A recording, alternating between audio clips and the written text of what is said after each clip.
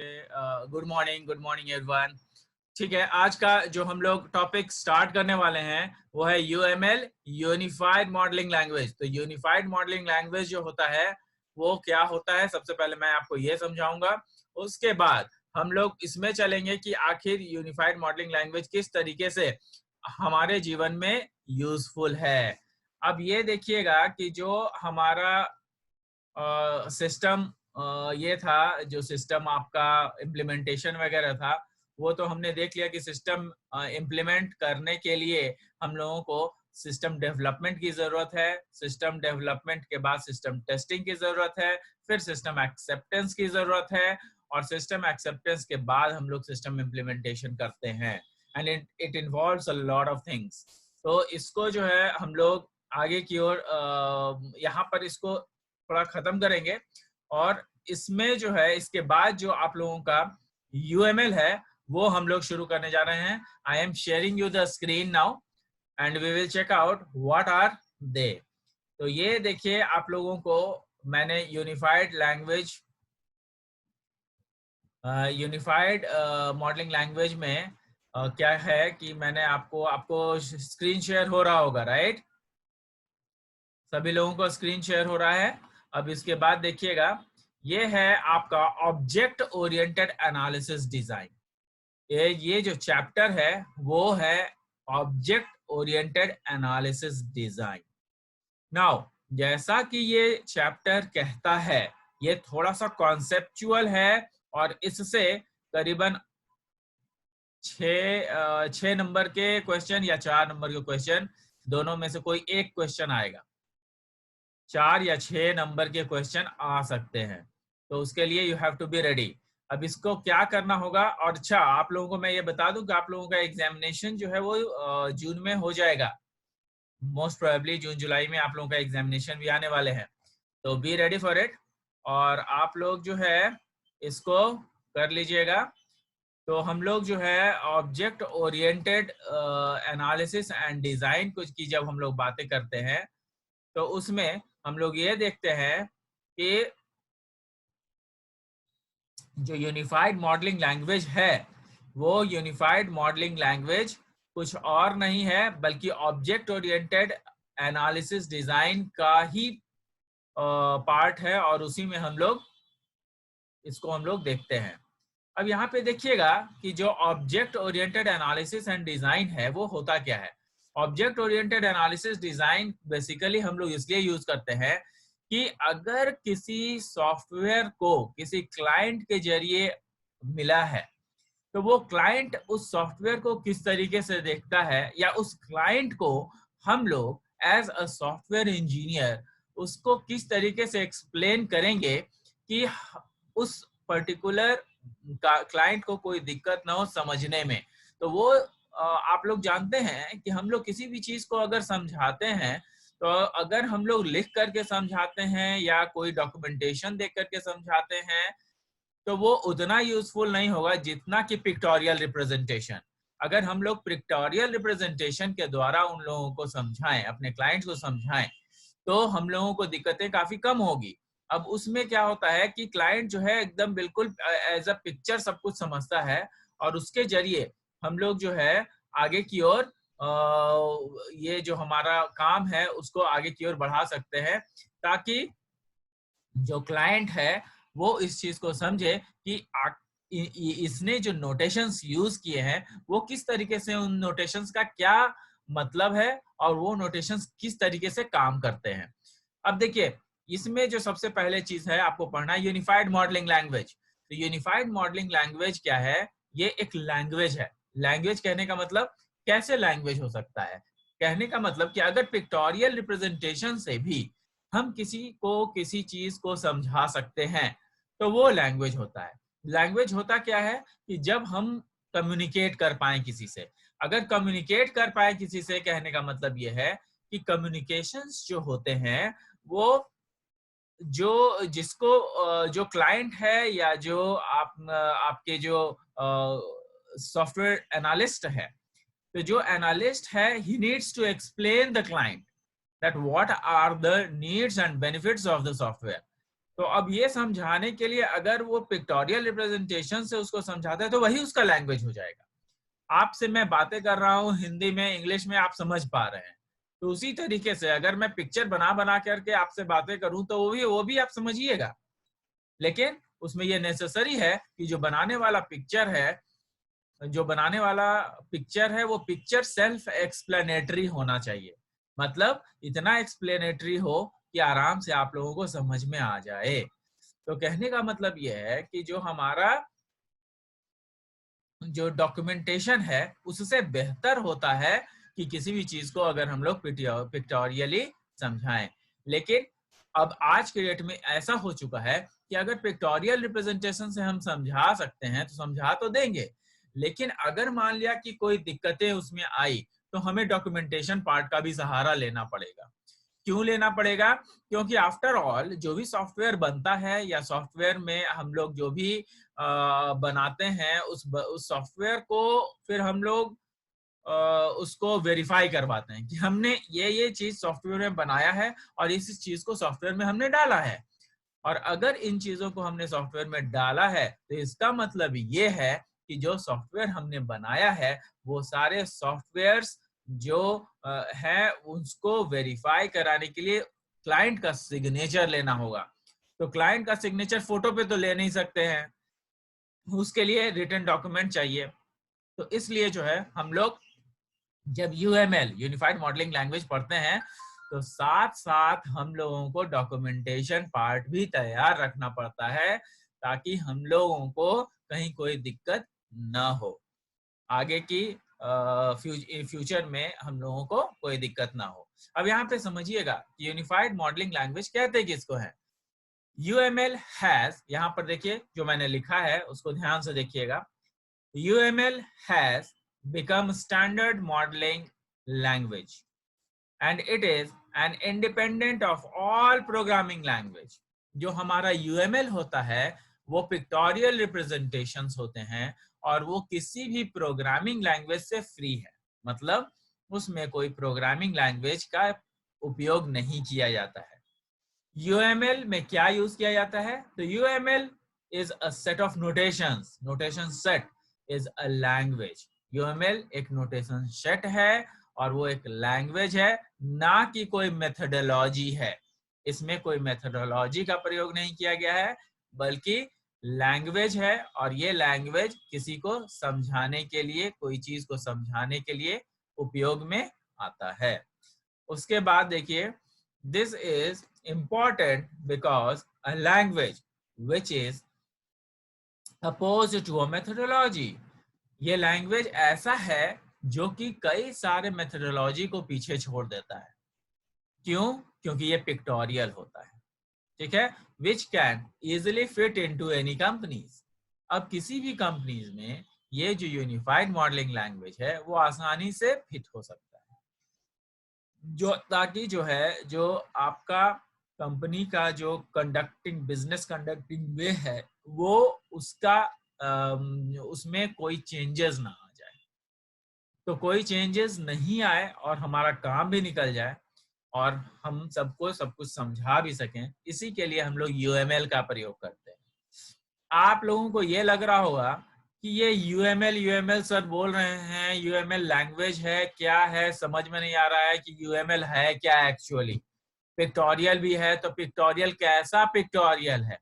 तो उसके लिए मैं आपको एक और चीज दिखाना चाहूंगा कि आप देखिएगा कि यूएमएल का जो कुछ बेसिक्स मैंने फाइंड आउट किया है इंटरनेट से, तो वो मैं आपको दिखाने की कोशिश करता हूँ।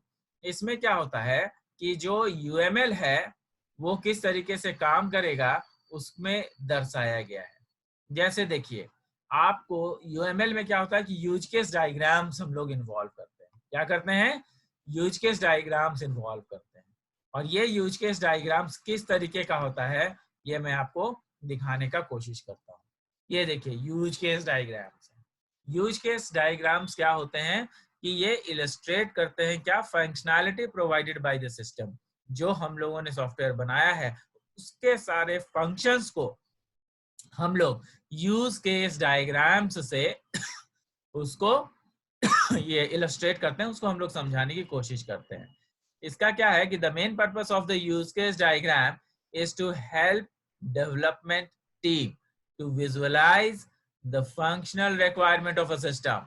किसी भी डेवलपमेंट टीम को फंक्शनल रिक्वायरमेंट, उसके फंक्शनल सॉफ्टवेयर के फंक्शनल रिक्वायरमेंट को दर्शाने के लिए यूज किया जाता है।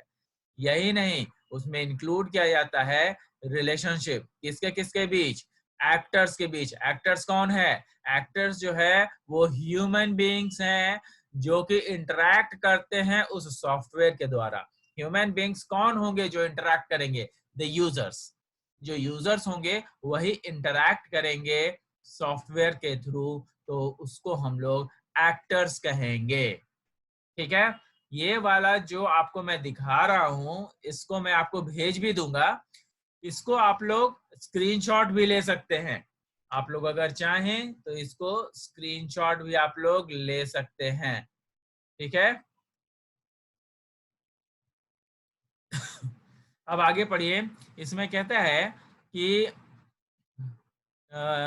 To essential process as well as relationship different cases.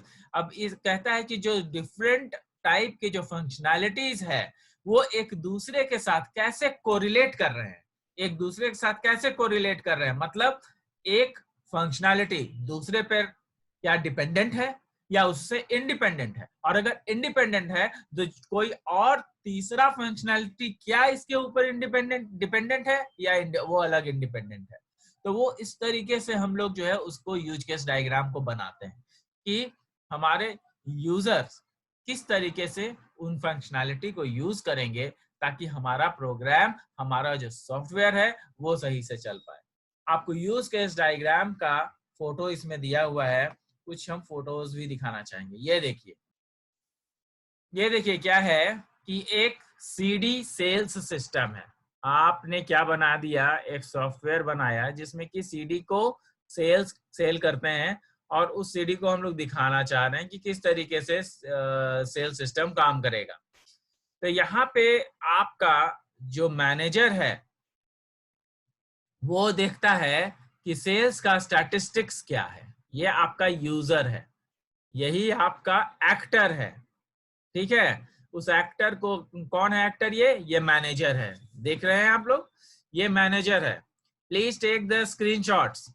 तो ये जो है मैनेजर है, और ये आपका view sales statistically for brands CDs.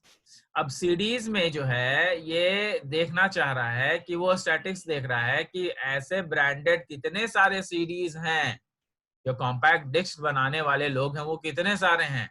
तो उसको पहले वो व्यू करता है, उसके बाद ये एक अपना रिपोर्ट बनाता है कि उस रिपोर्ट के अनुसार कि सारे ब्रांड्स अवेलेबल हैं और उस ब्रांड्स में हमारा जो ब्रांड है वो किस तरीके से काम करेगा। तो जो हमारा ब्रांड है वो इससे बाकी सब जो सीडी है उससे बेटर या कम से कम उसके, तभी तो काम कर पाएगा ना, नहीं तो काम ही नहीं कर पाएगा। तो उसके लिए हम लोग क्या करेंगे, उसके लिए हम लोग क्या करेंगे कि जो हमारा सेल्स है, जो हमारा सेल है उसको हम देखेंगे कि जो बाकी के जो सेल्स दिख रहे हैं वो किस तरीके पर काम कर रहे हैं, और बाकी का जो सेल्स अगर ठीक ढंग से काम कर रहा है, मतलब ये ठीक ढंग से काम करने का मतलब ये होता है कि जो आपका सेल है वो कहीं ना कहीं दूसरे को अफेक्ट करना चाहिए, क्योंकि हमारा बिजनेस सिस्टम है, और बिजनेस सिस्टम में हम लोग इस तरीके से काम करेंगे कि जो हमारा सेल है वो दूसरे को जब तक अफेक्ट नहीं करेगा तब तक हमारा सेल बढ़ेगा नहीं। तो हमारा सेल को बढ़ने के लिए हम लोग क्या करेंगे कि दूसरा जो मार्केट में उपलब्ध है उससे बेटर अपने आप को दिखाएंगे। तो अब उसके बाद या तो वो किसी भी, वो जो आपका मेक है, वो जो सीडी आप बना रहे हैं वो किसी भी तरीके से अच्छा होना चाहिए, या तो वो क्वालिटी वाइज अच्छी हो, क्वांटिटी वाइज अच्छी हो, या तो कॉस्ट वाइज अच्छी हो। कॉस्ट वाइज अच्छी हो मतलब कम कॉस्ट, क्वालिटी अच्छी। ठीक है, अगर क्वालिटी अच्छी ना हो तो कम से कम जो मार्केट में एग्जिस्टिंग है क्वालिटी कम से कम उसकी तरह तो हो। तो इसको जो है हम लोग देख सकते हैं। अब यहाँ पर ये जो मैनेजर है उसने क्या किया कि यहाँ पर उसने एक रिपोर्ट तैयार कर ली। यहाँ पर एक दूसरा है रिकॉर्ड मैनेजर, वो रिकॉर्ड को देखता है कि जो हमारे पर्टिकुलर सीरीज के जो रिकॉर्ड आए हैं, जो स्टैटिस्टिक्स बिल्ड होके आए हैं और जो हमारा स्पेसिफिक सीडी बना है, उन दोनों में वो कंपेयर करता है। यहाँ पे देखिए, view sales statistic for a specific CD, जो हम लोगों का जो सीडी है वो किसके साथ कंपेयर किया जा रहा है, उन रिपोर्ट्स के साथ जो ऑलरेडी इस बैंड मैनेजर ने बनाए हैं। तो इसको जो है दिखाया जाता है, सेल स्टैटिस्टिक पर देखा जाता है कि दोनों में से बेटर कौन है। और अगर बेटर नहीं है तो उसमें हम लोग क्या करते हैं कि जो लेटेस्ट जो चीजें हैं वो लोग हम उसमें डालते हैं और तब जा करके उस सर्विस का सुधार करते हैं, जो कि आपका बिलबोर्ड रिपोर्ट सर्विस में दर्ज किया जाता है। तो this is a kind of statistics which we have due to the use case diagrams. Now these are the actors, और ये जो आपको देख रहे हैं जो सर्कल में है वो सब किसी पर्टिकुलर चीज को दर्शाने के लिए है, जो कि हम लोग किसी रिपोर्ट को दर्शा रहे हैं या फिर किसी सीरीज को दर्शा रहे हैं, प्रोडक्ट को दर्शा रहे हैं। तो ऐसे कई सारे डायग्राम्स हम लोग बनाते हैं। अब इसको बनाने का तरीका जो है वो आपको आना चाहिए कि भाई एक मैनेजर है तो वो यहाँ पर स्टैटिस्टिक्स ले रहा है, किससे ले रहा है, तो डिफरेंट ब्रांड सीडी से ले रहा है। तो वो जो स्टैटिस्टिक्स बना रहा है वो कई सारे सीडी होंगे, हो सकता है कि आपका जो सीडी है वो सोनी का हो, पैनासोनिक का हो, या फिर डिफरेंट जो आईबीएम वगैरह बनाते हैं उसका हो। बहुत सारे ऐसे कंपनीज हैं, तो सबको वो कंपेयर करता है, उसके बाद ये स्टैटिस्टिक्स बनाई जाती है। ये स्टैटिस्टिक्स तब बनता है जब हम लोग स्टैटिस्टिक्स में सही तरीके से अंदर घुसते हैं, देखते हैं कि इसका सेल्स क्यों ज्यादा है, बाकी का सेल्स क्यों ज्यादा है और हमारा सेल्स कैसे ज्यादा अच्छा होगा। अब आइए वापस से हम लोग अपने नोट्स में चलते हैं, उस नोट्स को देखिएगा कि क्या कहता है। अब ये नोट्स जो है इसमें हमने आपको लिखा है कि UML is not a methodology. ये कोई ऐसा मेथड नहीं है कि हम लोग यूज केस डायग्राम ऐसे ही बनाएंगे, नहीं। यूज केस डायग्राम हम लोग कैसे बनाएंगे, हम लोग यूज केस डायग्राम को बनाने के लिए अपने कॉन्सेप्ट्स का यूटिलाइज करेंगे, क्योंकि हर प्रोडक्ट का अलग अलग मार्केट स्ट्रेटेजी है। तो उस मार्केट स्ट्रैटेजी को समझने के लिए अलग अलग तरीके से हमें डील करना होगा, इसीलिए इसके लिए कोई एक पर्टिकुलर मेथोडोलॉजी नहीं बनाई गई है। आगे देखिए क्या है, it does not require any formal work product. It does not require any formal work product, that means it is flexible. कहने का मतलब कि इसका काम करने का जो तरीका है फिक्स्ड नहीं है। इसका मतलब ये है कि ये फ्लेक्सिबल है। फ्लेक्सिबल होने के कारण क्या होता है कि हम लोग अपने हिसाब से पिक्टोरियल रिप्रेजेंटेशन कर सकते हैं। देखिए आगे लिखा है, it is a pictorial representation और a diagrammatic view which provides several views within a given methodology. कहता है कि जो हमारा पिक्टोरियल रिप्रेजेंटेशन और डायग्रामेटिक रिप्रेजेंटेशन है उसका व्यू कैसा होगा, तो ये एक ऐसा व्यू होगा जो कि प्रोवाइड करवाता है बहुत सारे ऐसे सेवरल व्यूज के साथ मिलकर, जो कि हम लोग अपने आप से एक मेथोडोलॉजी क्रिएट करते हैं कि इस तरीके से ये बनना चाहिए। मतलब ये है कि हम लोग को ये समझना होगा कि हमारा जो एक्टर है वो कौन है, किस किस को एक्टर बनाना है और किन कहाँ कहाँ पर कौन कौन सी चीजों को सेट करना है। तो इट इज आवर ड्यूटी, ये हमारा ड्यूटी होगा। इसके बाद कहा जाता है कि it increases the ease of understanding the application under development. कहता है कि जो ये तरीका है वो हमारे एप्लीकेशंस को इजी बनाने में ज्यादा सक्षम है। Here the diagrams offers a good introduction to the language. हमारा जो डायग्राम है ये ऑफर करता है एक अच्छा इंट्रोडक्शन लैंग्वेज के लिए, मतलब offers a good introduction to the language, मतलब जो लैंग्वेज है उसको इंट्रोड्यूस करने के लिए ये एक अच्छा प्लेटफॉर्म है जहां पर कि हम लोग डिफरेंट डायग्राम्स को यूज करके अपने सॉफ्टवेयर को दर्शाने का प्रयोग करते हैं, हम लोग दर्शाने का तरीका ढूंढते हैं।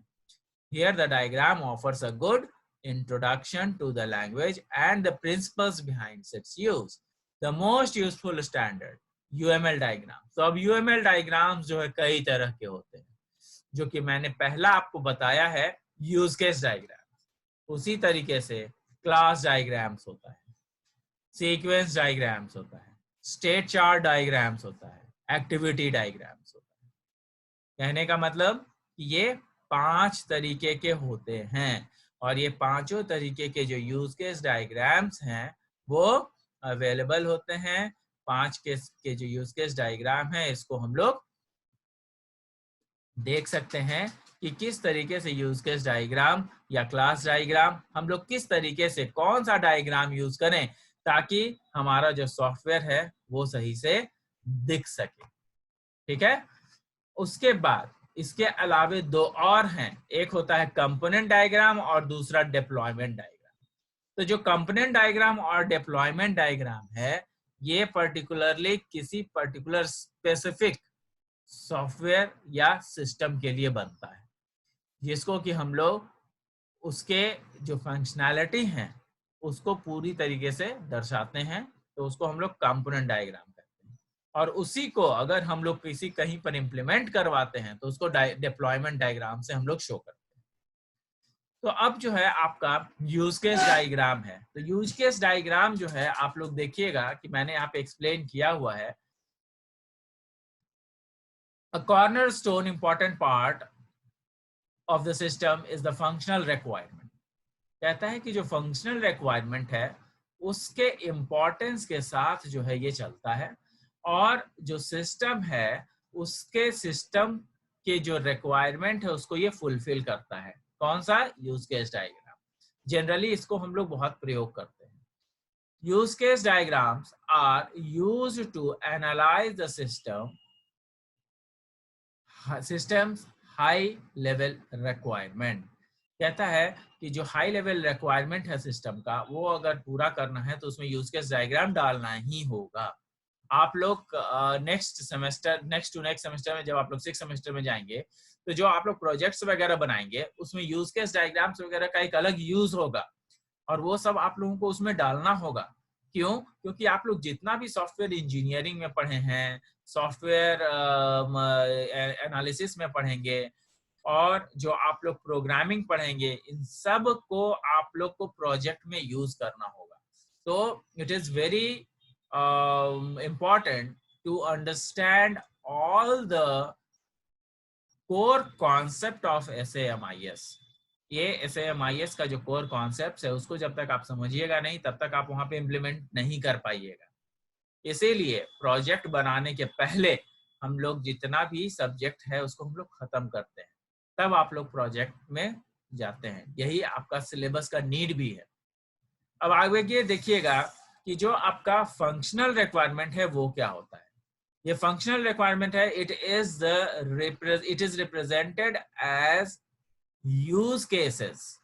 किस तरीके से यूज केस को रिप्रेजेंट करना है, कौन कौन से फंक्शनल, कौन कौन से पार्ट जो है फंक्शनैलिटी में है उसको कैसे यूज करना है वो समझाने का तरीका इसमें।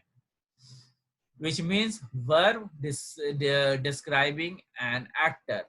जो एक एक्टर काम कर रहा है, एक एक्टर कौन सा फंक्शन कर रहा है, उस फंक्शन को दर्शाने के लिए हम लोग फंक्शनल रिक्वायरमेंट्स को पहले खोजते हैं। मतलब क्या किया कि यूज केस डायग्राम्स में जो डिफरेंट कंपोनेंट्स हैं, वो जो कंपोनेंट्स हैं, एक उसमें से पहला कंपोनेंट है फंक्शनल रिक्वायरमेंट।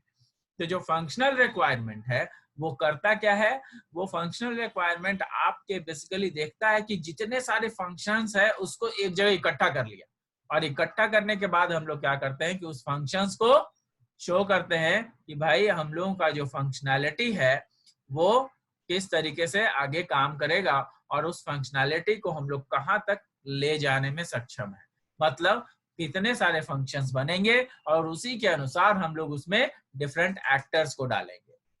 दूसरा जो कंपोनेंट है वो है एक्टर। एक्टर क्या होता है? दे इंटरैक्ट विद द सिस्टम। कहता है कि जो आपका इंटरैक्शन है सिस्टम के साथ, वो सारे इंटरैक्शन को हम लोग एक्टर्स के द्वारा दर्शाते हैं। तो ये जो इंटरैक्शंस है वो एक एक्टर, हर एक एक्टर अपने अपने तरीके से दर्शाता है। और यहाँ पे कहता है कि यार actor can be human being. कहता है कि जो एक्टर होगा वो कौन होगा? वो एक कोई ना कोई बंदा होगा, कोई ना कोई पर्सन होगा जो कि आपके ऑर्गेनाइजेशन के इंटरनल और एक्सटर्नल एप्लीकेशन का जो आपके सॉफ्टवेयर का जो सॉफ्टवेयर सिस्टम का जो पार्ट है उसको वो बखूबी समझता होगा। यहाँ पे देखिए लिखता है कि an actor can be human being of an organisation or an internal or external application of the system. मतलब किसी सिस्टम का, अगर मान लिया कि सपोज कीजिए कि हमारे ऑर्गेनाइजेशन में जो सिस्टम डेवलपर्स हैं उनका बहुत मुख्य रोल है, वही लोग सॉफ्टवेयर को बनाते हैं, तो दे आर द एक्टर्स। ठीक है, लेकिन समझिए ऐसा कि अगर कोई सॉफ्टवेयर है और हम लोगों ने सॉफ्टवेयर को बना दिया है, तो सॉफ्टवेयर में मान लिया कि डिफरेंट हमने फंक्शनैलिटीज डाले हैं, तो जो एवरेज का अगर मान लिया कि हमने काम किया है, तो उसमें जो एडिशन होगा वो भी एक एक्टर की तरह काम कर रहा है। जो एडिशन है वो एक एक्टर की तरह काम कर रहा है। वो क्या कर रहा है? दो अलग अलग वेरिएबल्स को ले रहा है और उसको जोड़ रहा है। तो जो अगर सिस्टम में की बात करें, सॉफ्टवेयर की बात करें, तो सॉफ्टवेयर के अंदर जो आपका फंक्शनैलिटी पार्ट होगा वो कौन एक्टर निभा रहा है? एडिशन। तो addition will be noted as an actor. यहाँ पे साफ साफ लिखा हुआ है कि an actor can be a human being of an organisation or an internal or external application of the system। Internal या एक्सटर्नल एप्लीकेशन जो है सिस्टम का दर्शाया जा सकता है किसके द्वारा? एक्टर्स के द्वारा। और उसके बाद जो तीसरा कंपोनेंट है वो है रिलेशनशिप। कहने का मतलब कि रिलेशनशिप एक ऐसा चीज है जो कि दो या दो से अधिक एक्टर्स के बीच में, फंक्शनैलिटी के बीच में रिप्रेजेंट किया जाता है। हम लोग रिप्रेजेंट करते हैं रिलेशनशिप से। और इसमें देखिएगा कि हमने जो है यहाँ पे आपको दिखाया है एक एग्जाम्पल के थ्रू। एग्जाम्पल के थ्रू हमने शो भी किया है। ठीक है, इस एग्जाम्पल को आप लोग पढ़ेंगे, देखेंगे। यहाँ पर ओनर है, परचेज स्टॉक है, पेमेंट फॉर स्टॉक है। तो जो ओनर है वो पहले क्या करेगा? स्टॉक को परचेज करेगा। उसके बाद परचेज करने के लिए वो पेमेंट करेगा, और वो पेमेंट करने के लिए किससे कांटेक्ट करेगा? सप्लायर से कांटेक्ट करेगा। तो जब सप्लायर को पैसा चला जाएगा तो वो क्या करेगा? स्टॉक प्रोवाइड करवाएगा।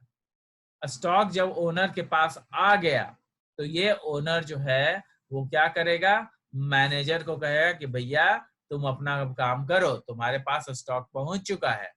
मैनेजर क्या करेगा कि वो स्टॉक को इंक्लूड करेगा। अगर ज्यादा स्टॉक है तो उसको रिटर्न करेगा। मतलब अगर जरूरत से ज्यादा सामान हमने मंगवा लिया है तो उसको रिटर्न करेगा। या फिर ये देखेगा कि हमारे पास कितने सारे और ये यूजर्स हो सकते हैं, या फिर हमारे क्लाइंट कितने सारे और हो सकते हैं। अगर कोई डिफेक्टिव मटेरियल है उसको भी रिटर्न करेगा। और क्वालिटी जो है वो चेक करेगा कौन? Quality inspector. यहाँ पर एक इंस्पेक्टर है जो एक्टर की तरह काम कर रहा है, जो कि हमने जो सामान मंगवाया है, जो ओनर ने सामान मंगवाया है, उसकी क्वालिटी को जज करेगा कि क्या वो सही है या नहीं है।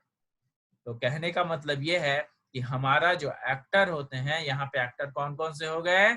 Owner, manager, inspector. और जबकि जो आपका जो सेकंड साइड में जो एक्टर है वो है सप्लायर। और यहाँ पे एक इन्वेंटरी क्लर्क भी है। वो क्या करेगा कि सबका नोट रखेगा कि कौन सा सामान कहाँ बिका है, उसका पूरा वो लिस्ट बना करके रखेगा। तो इस तरीके का ये जो है आपको यूज केस डायग्राम शो किया गया है।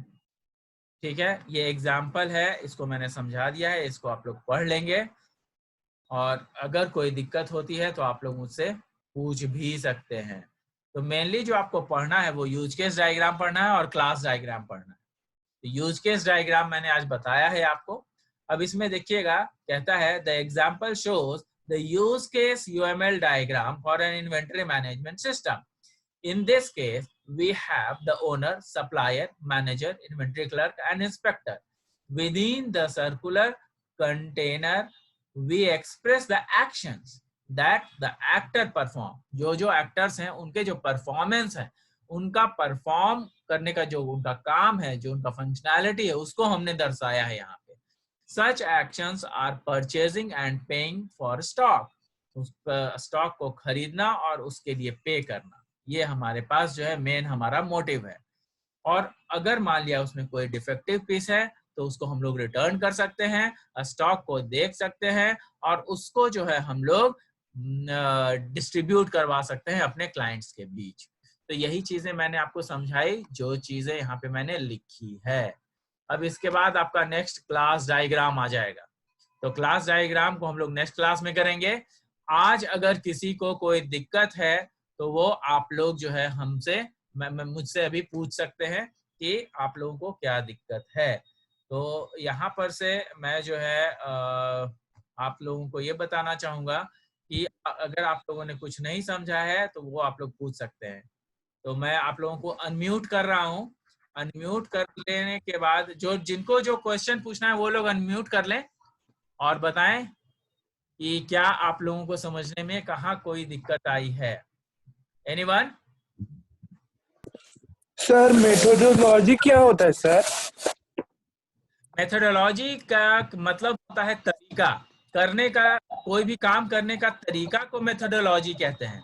काम करने का तरीका का मतलब ये है कि अगर कोई एक काम है, मान लिया कि आपको घर में आप देखते होंगे कि मम्मी रोटी अगर बनाती होंगी, रोटी बनाने का जो तरीका है वो पहले आटे को लेना पड़ता है, फिर उसको गूंदना पड़ता है, उसके बाद उसको जो है उसमें पानी उतना ही देना पड़ता है जितना में आटा गीला ना हो। उसके बाद फिर उसको गोल गोल करके उसको रोटी को बेला जाता है। मेथोडोलॉजी है, किसका मेथोडोलॉजी है? रोटी बनाने का। तो उसी तरीके से जो हमारा सिस्टम होगा, उस सिस्टम को भी बनाने का कोई तरीका होगा, राइट? तो वो तरीका को हम लोग मेथोडोलॉजी बोलेंगे। क्लियर है? Yes sir. अच्छा, और कोई anybody else who want to ask the question?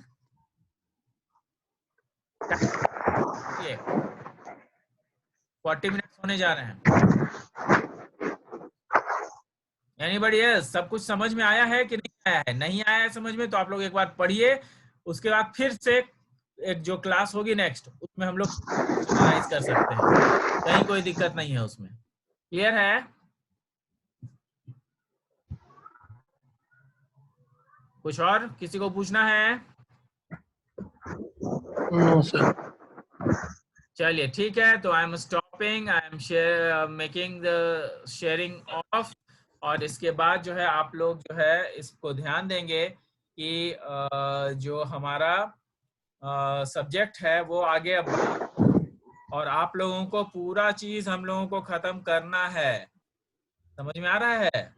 हम लोगों को कोई भी चीज रोकना नहीं है, किसी ना किसी तरीके से जो भी सिलेबस है उसको हम लोग खत्म करेंगे। और खत्म करने के साथ साथ जो है हम लोग ये भी देखेंगे कि हम लोग के पास और कितनी सारी चीजें हो सकती है जिससे कि हम लोग बेहतर तरीके से समझ पाए। तो thank you, thanks to all for the classes. I am ending this class now.